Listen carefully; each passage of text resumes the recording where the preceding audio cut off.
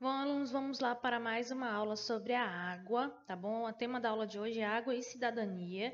Ela está no livro de vocês, Trilhas, módulo 2, capítulo 6, na página 225. Então, peguem lá o livro para a gente começar a aula. Bom, gente, como nós vimos na aula passada, a água ela passa por todo um ciclo em que ela evapora, forma-se as nuvens. Dessa nuvem, quando ela se carrega bastante, ela precipita, formando a chuva, tá bom? Então essa chuva, ela não cai só nos oceanos e nos rios. Essa chuva ela também cai na cidade. A gente sabe disso porque a gente vê chuva de vez em quando, não é mesmo? Só que o que acontece? Aqui no nosso livro ele traz o assunto de cidadania no dia a dia, falando da impermeabilização do solo e planejamento das cidades. O que esse assunto tem a ver? Ele traz o exemplo de Francisco, um senhor de 80 anos de idade, em que, por todo o tempo de vida que ele tem, ele viveu em uma cidade pequena, em uma pequena comunidade. O que aconteceu? Francisco ele viu a cidade dele crescer. E com isso, a expansão da cidade, a expansão, a construção de novas casas, a construção de prédios, a construção de ruas, de estradas, tá bom? E com isso, o prefeito da cidade, ele sempre soube, no caso, da importância do solo para evitar alagamentos. Como assim evitar alagamentos? Quando a cidade ela cresce de forma desenfreada e não tem o controle dessas construções, o solo acaba se tornando impermeável. Então, quando a chuva cai, ela não consegue penetrar o solo para ela voltar para o seu ciclo. Porque a gente tem que lembrar que o ciclo da água ele não tem só relação com o oceano, com o rio. A água que cai na terra, ela também precisa passar pelo processo do ciclo da água. Então, ela precisa penetrar no solo para que ela consiga depois entrar em contato ali com o lençol freático, voltar para os oceanos e evaporar novamente. Se essa água não conseguir passar para o solo, acaba acontecendo um processo de impermeabilização e com isso a água não consegue mais ter para onde ir e ela começa a alagar as cidades. Então esse processo é um processo ruim. A gente está vendo lá no centro da nossa cidade, por exemplo, está tendo alagamento agora em 2021. Isso porque a gente não tem um correto escoamento da água ou uma barragem correta para ser feita. A cidade ela foi construída bem na beiradinha do rio. Então, com isso faz com que, quando o rio sobe a margem dele naturalmente, ela comece a invadir a cidade. Mas, na verdade, quem invadiu o ambiente do rio foram as pessoas que construíram, tá bom? Então, o planejamento das cidades, gente, ele é essencial. Quando você planeja a localização em que vai ser construída, a forma que vai ser construída, o tipo de solo, o tipo de pedra que você vai utilizar para construir uma estrada, tá bom? Tudo isso tem que ser pensado.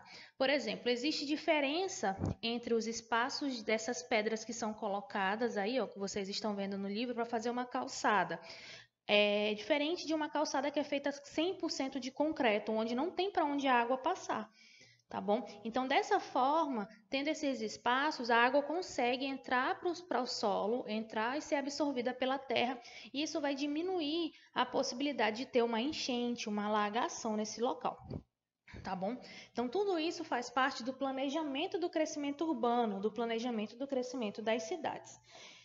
Aqui tem no livro de vocês tem a questão A e B para vocês responderem. Vocês vão responder ela no caderno, tá bom? Letra A.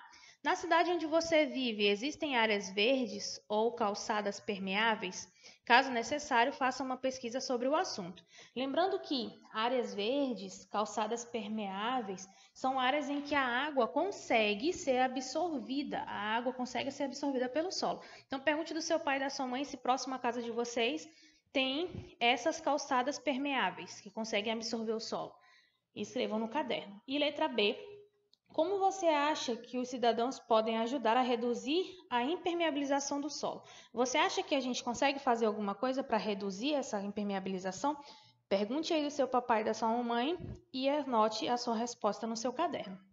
Para ajudar a gente a entender melhor um pouco sobre a impermeabilização do solo e o planejamento das cidades, eu trouxe dois videozinhos, tá bom? Que vão passar seguidamente para vocês assistirem. tá certo?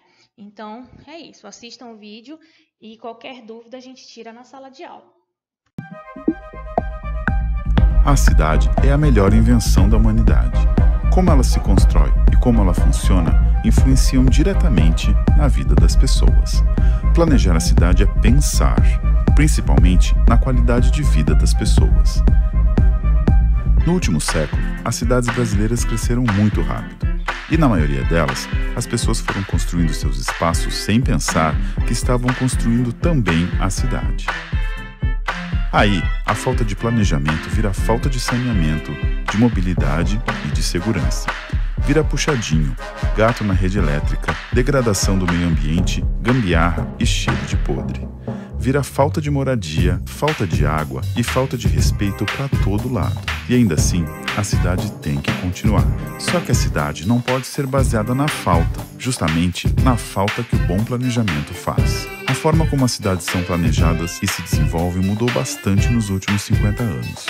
Aprendemos que o planejamento não pode ser tão rígido, porque as cidades mudam, assim como mudam os usos que fazemos delas. Então, o planejamento tem que ser capaz de acolher os movimentos das cidades. Oficialmente, quem planeja a cidade é a prefeitura. O prefeito e os vereadores são escolhidos pelas pessoas, para que eles as representem nas decisões sobre a cidade e para que formalizem as legislações, como o plano diretor, as leis de parcelamento do solo e de zoneamento, a partir das necessidades e desejos das pessoas e do conhecimento dos especialistas em cidades.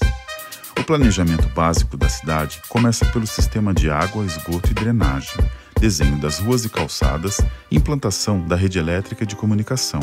São as chamadas infraestruturas urbanas. É bom ter presente que toda e qualquer ação de infraestrutura da cidade tem seus custos, e que estes custos são pagos por nós, cidadãos.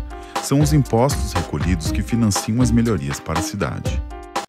O tema de hoje é a impermeabilização do solo, um processo tão comum que acontece nas cidades e que corresponde ao ato de concretarmos as calçadas, quintais e arruamentos. Mas para entendermos os efeitos da impermeabilização, precisamos lembrar quem é o solo. Solo é essa superfície que pisamos, plantamos e construímos. Formado pela decomposição de rochas ao longo de milhares de anos e influenciado pelo clima, relevo e vegetação, ele é um recurso não renovável, exatamente pelo tempo necessário para sua formação, mas é fundamental para a manutenção da sociedade. A agregação de seus componentes, de partículas minerais e orgânicas, desenvolvem espaços que são chamados de poros. Os poros são importantes para o transporte da água da chuva para o interior do solo e, assim, alimentar as raízes das plantas e realizar a recarga de poços, cisternas, rios e córregos. Portanto,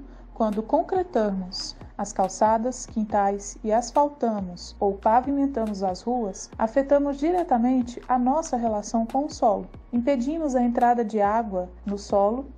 Existem, no entanto, algumas medidas que buscam diminuir o impacto da impermeabilização. A construção de calçadas permeáveis, jardins de chuva, trincheiras e poços de infiltração são obras que garantem a ocupação dos poros do solo com a água. Além disso, há a necessidade de seguirmos as normas das prefeituras e não concretarmos todo o quintal, pois apenas uma parte dele, que é chamada de índice, pode ser impermeabilizado. Procure os códigos de edificação de sua cidade.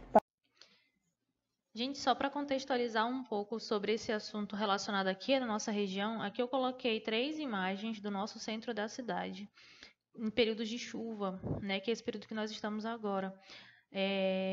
A gente consegue visualizar que é uma área em que era para ter uma rua asfaltada, a gente conseguiu visualizar a rua.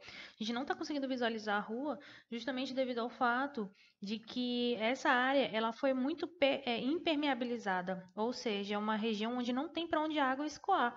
Se tivesse sido feito um planejamento melhor para que essa água tivesse para onde ir, tivesse para onde escoar, essa água com certeza não estaria acumulada somente nessa região aí. Tá bom? Então, nós devemos sempre, quando a gente pensa no crescimento urbano, no crescimento das cidades, sempre pensar em que, primeiramente, não construir tão próximo à margem de rios, né? E segundo, sempre pensar em que a gente precisa ter meios para que essa água consiga penetrar na terra. Bom, pessoal, por hoje é só. Espero que vocês tenham gostado das aulas sobre a água, tá bom? Fiquem com Deus e até a próxima.